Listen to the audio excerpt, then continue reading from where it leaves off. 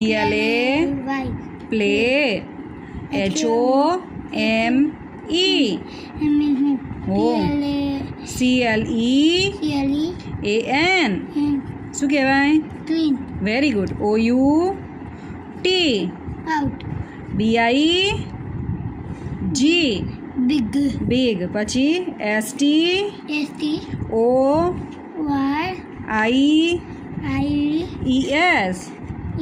Stories.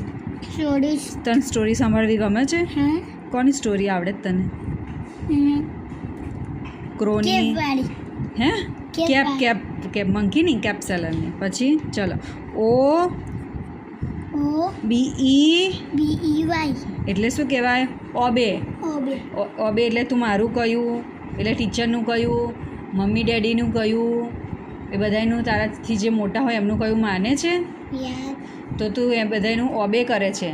તું મારું કયું ક્યાં માને છે? મેં તને કેટલી વાર કીધું ઇરેઝર મૂકી દે. ચલો પછી WORK